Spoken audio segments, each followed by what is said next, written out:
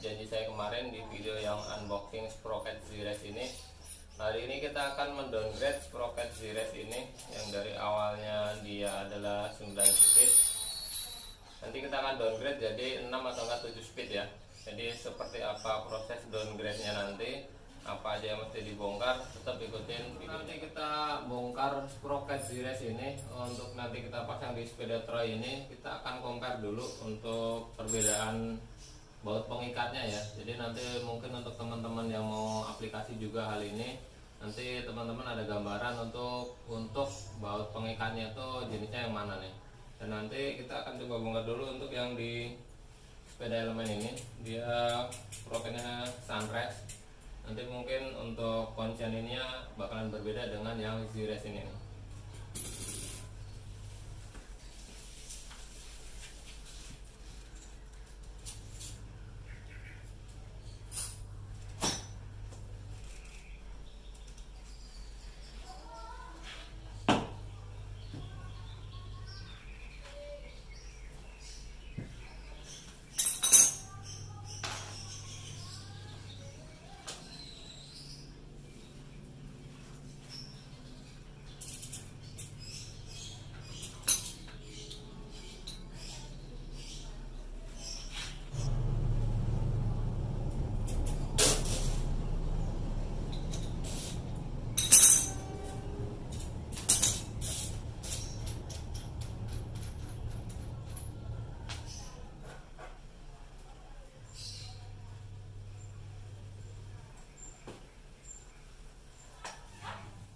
Nah ini sprocketnya ya teman-teman, ini udah kita lepas yang Z-Race dan juga yang punyanya Sunrise. Jadi di sini mau ngasih unjuk ke teman-teman bahwa lock pengunci sprocketnya berbeda ya. Jadi untuk yang Z-Race kemarin ini semuanya 3 baut ini dia adalah baut kuncian dengan model baut plus nih. Sedangkan untuk yang Sunrise ini dia dua, yang ini dia adalah pin nih. Sedangkan dia yang di sini bautnya dia modelnya juga beda sama yang Z-Race. Jadi baut yang Sunrise ini modelnya baut bintang nih, baut bintang ukurannya kecil banget nih. Dan nanti untuk teman-teman yang mau mendowngrade sprocket, jadi siapin dulu untuk alatnya ya. Jadi mungkin alatnya bakalan berbeda sesuai dengan jenis sprocket yang teman-teman milikin tuh.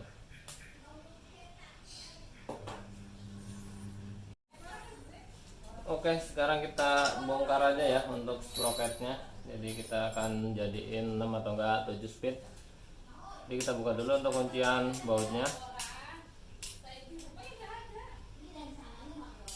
Ukuran baut plusnya dia kecil guys. Jadi obengnya nggak muat yang ini. Obengnya ukurannya segini ya. Ini ukuran 3 mili. Obengnya kecil ya.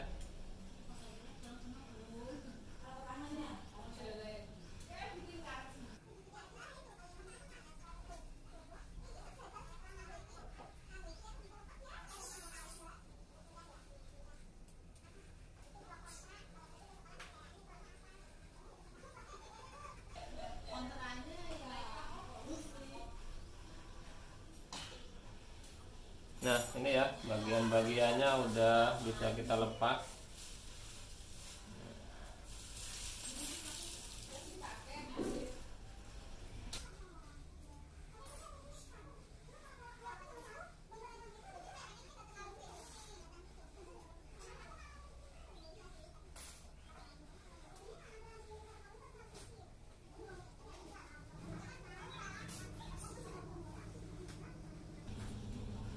Nah jadi seperti ini nih model kunciannya ya. Jadi dia baut, cuman dia ada plastik tubing ini yang bisa buat kabel harness ya. Jadi biar lebih kenceng mungkin ya. Ya model semuanya ulir semua nih 3 bautnya.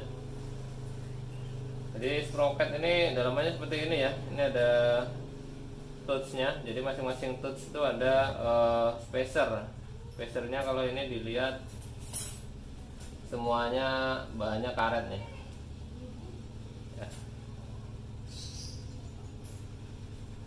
Nah, nanti pada prinsipnya untuk mendowngrade ini itu kita cuman mengurangi jumlah tools yang jarang kita pakai, dan kita fokuskan untuk gigi-gigi ataupun tools yang sering kita pakai nih. Misalnya di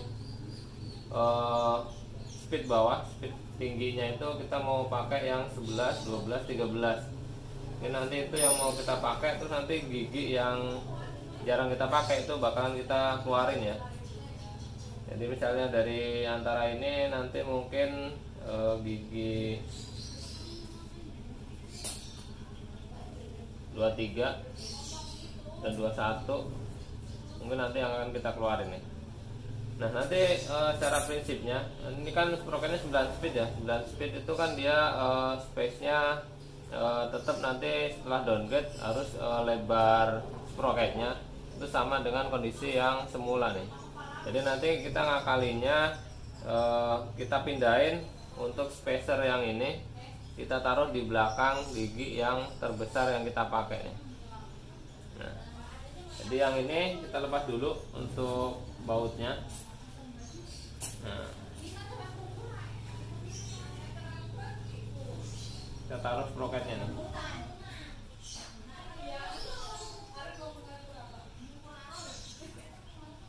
Jadi kalau misalnya kita mau ngurangin 2 sprocket, nanti yang di belakang ini kita kasih spacer 2 ya. Jadi kalau misalnya mau ngurangin 3, spacernya kita pasang 3 nih, biar jarak lebar sprocketnya nanti tetap sama. Dan kita di sini akan mengurangi 3 dulu ya. Jadi nanti planningnya kita jadiin 6 speed, kita kurangin sprocketnya di 3 yang tidak kita pakai nih.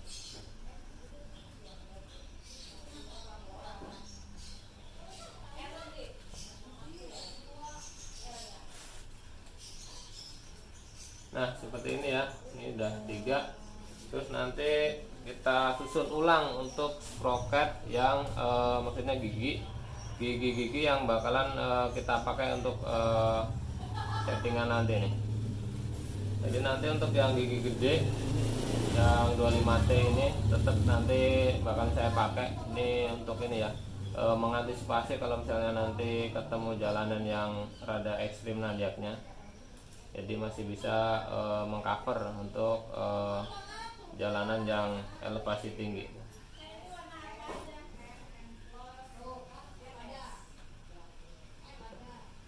Kita masukkan ulang selang-seling antara tooth dan juga spacernya ya teman-teman.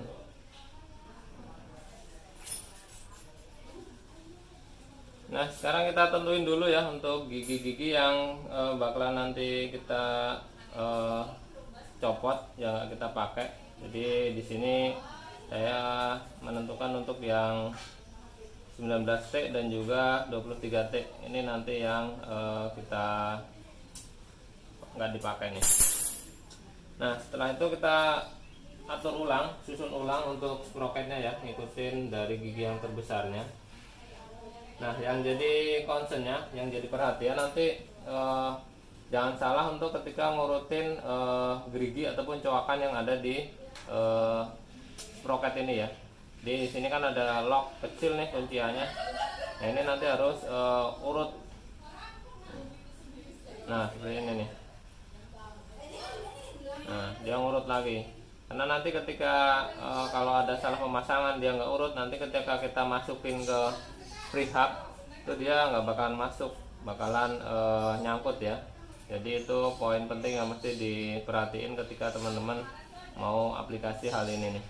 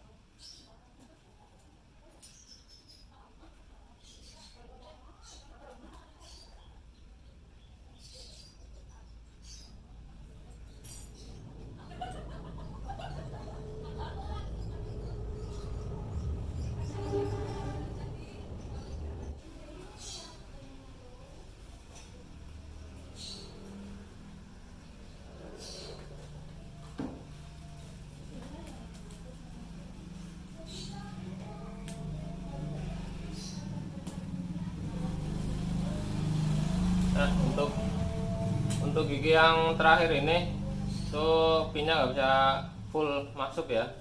Dia kalau misalnya tekan gini nggak bakalan full karena dia tadi kan sistemnya ulir tuh, jadi kita harus kencengin dari baut yang di belakang ini.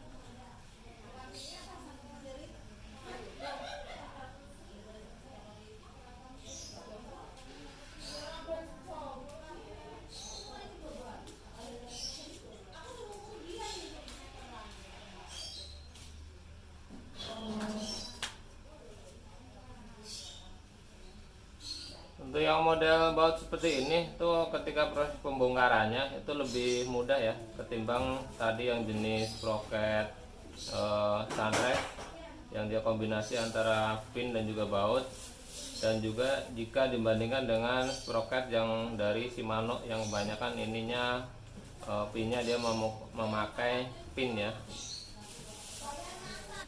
Oke, untuk sprocketnya udah jadi ya. Nah sekarang kita akan coba timbang ulang ya sprocket yang tadi sudah kita downgrade, bobotnya jadi berapa sekarang nih. Nah bobotnya lumayan signifikan ya turunnya, jadi 171 gram, lumayan banyak juga.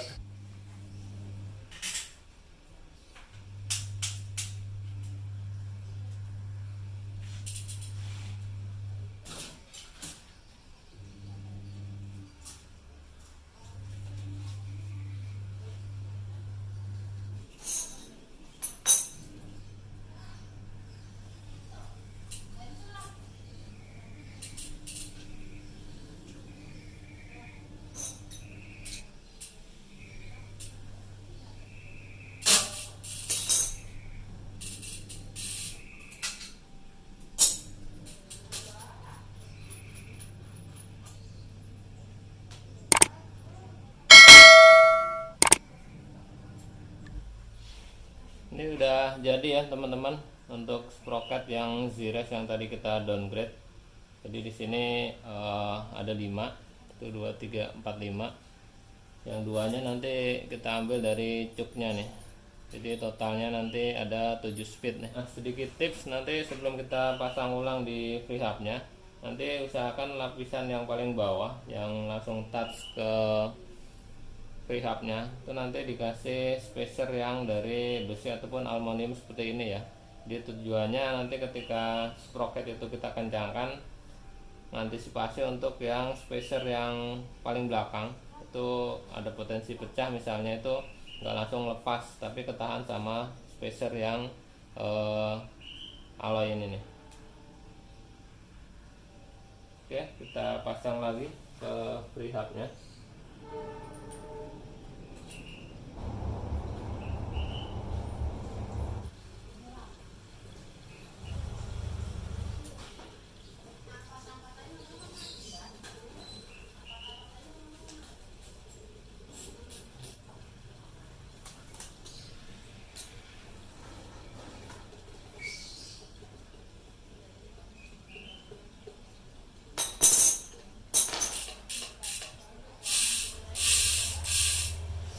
Dan ini kondisinya ya, kondisi setelah kita downgrade, setelah kita pasang ulang di freehub.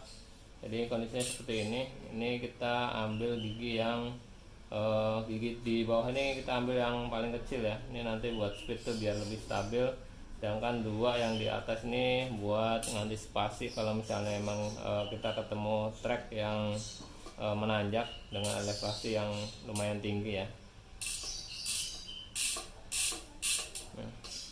Ini kalau dilihat di bagian belakang, paling belakang ini kita pasang ring spacer yang aluminium ya. Tujuannya untuk mengantisipasi kalau misalnya spacer yang plastik ini pecah, jadi nggak langsung lepas nih.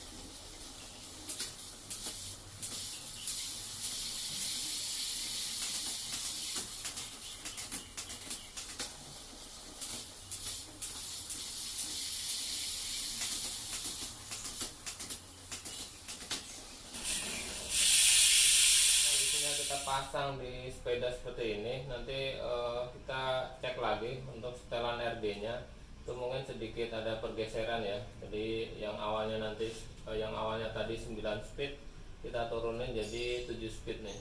Jadi mungkin terutama untuk pergeseran di gigi paling bawah dan paling atas ya. Jadi untuk yang paling bawah, yang high speed itu kemungkinan dia masih tetap settingannya. Cuman untuk yang gigi low, yang paling gede ini, kita nanti kita batasin untuk pergerakan cage RD nya ini. Jadi jangan sampai nanti masih di 9 speed. Ya paling potensinya lepas kalau misalnya kita operasiin shifternya ke gigi 9. Jadi ini kan giginya tinggal 7 doang nih. Jadi nanti untuk jangkauan cage RD di baut H nya ini kita lock di gigi 7 ini.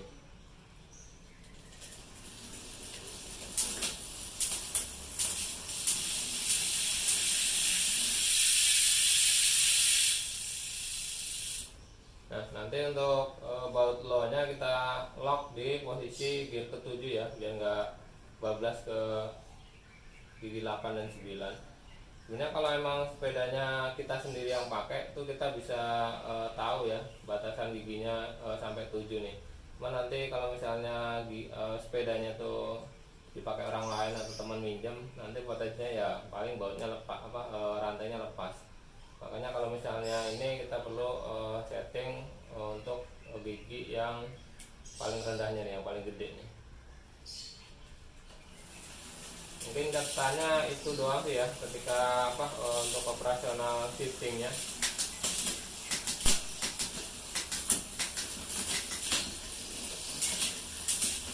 Secara perpindahan gigi tetap sama ya, tetap normal ya, smooth juga nih perpindahan shiftingnya.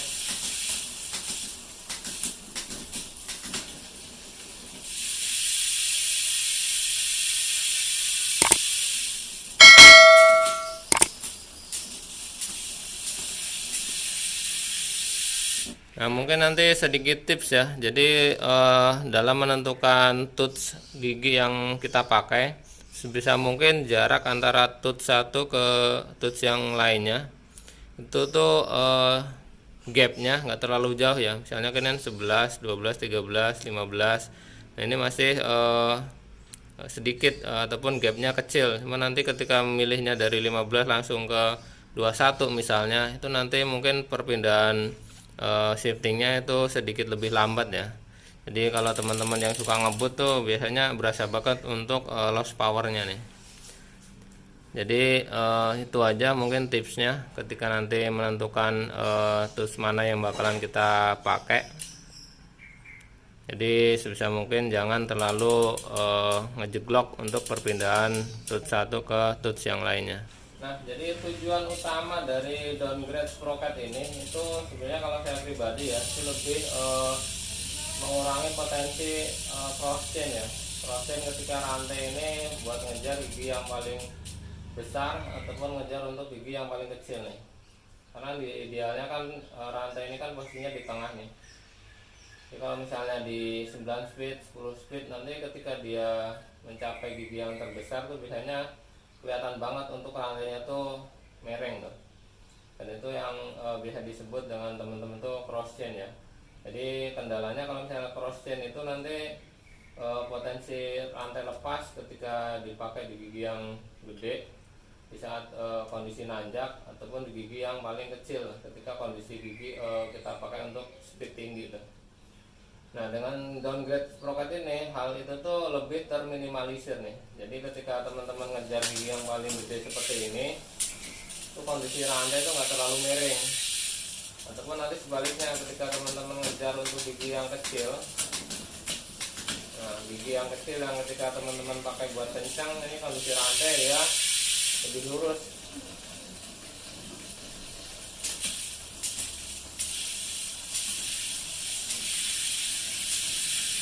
Terus hal lain mungkin kalau misalnya cross chain itu kondisi rantainya dia kan nahan beban yang berat ya ketika dia kondisinya miring, dan itu miring di posisi gigi terbesar maupun yang terkecil tuh. Jadi beban rantainya tuh lebih berat, jadi potensinya rantainya lebih gampang ulur ya, ataupun aus, kendor kayak gitu tuh. Nah, tujuannya downgrade sprocket itu salah satunya ke arah itu ya.